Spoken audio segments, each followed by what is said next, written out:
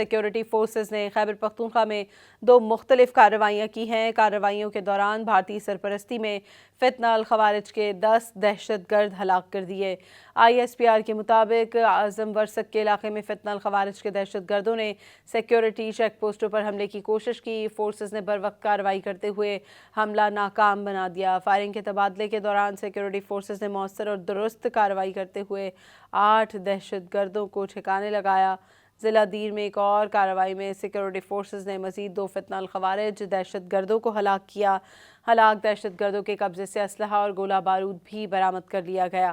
ISPR کے مطابق ہلاک دہشت گرد علاقے میں متعدد دہشت گردی کارروائیوں میں سرگرم تھے۔ علاقے میں ممکنہ دہشت گردوں کے خاتمے کے لیے کلیئرنس آپریشن جاری ہے۔ سیکیورٹی فورسز اور قانون نافذ کرنے والے ادارے عزم استحکام کے تحت دہشت گردی کے مکمل خاتمے تک کارروائیاں جاری رکھیں گے۔